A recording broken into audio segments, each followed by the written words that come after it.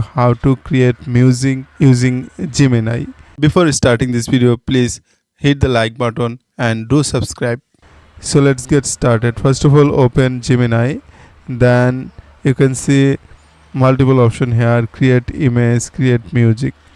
From here, click to create music, or you can also select this option from tools. Here you can see tools and then create music. Now it's time to generate a prompt.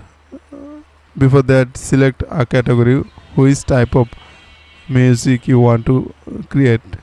Birthday roast, I want to create a birthday roast music. Just click here, and then you need a prompt. Go to ChatGPT and now write a prompt about creating a music for birthday wish.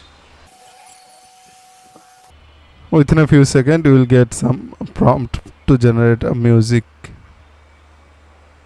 And now copy this prompt and then paste here, and now click to submit. Wait for a moment to get this music. The music is ready. Just click here to play this music. Well, look who's here. Another year gone by. Reckon you earned that gray hair underneath that tired sky. Your memory ain't what it was. Your get up and go is slow.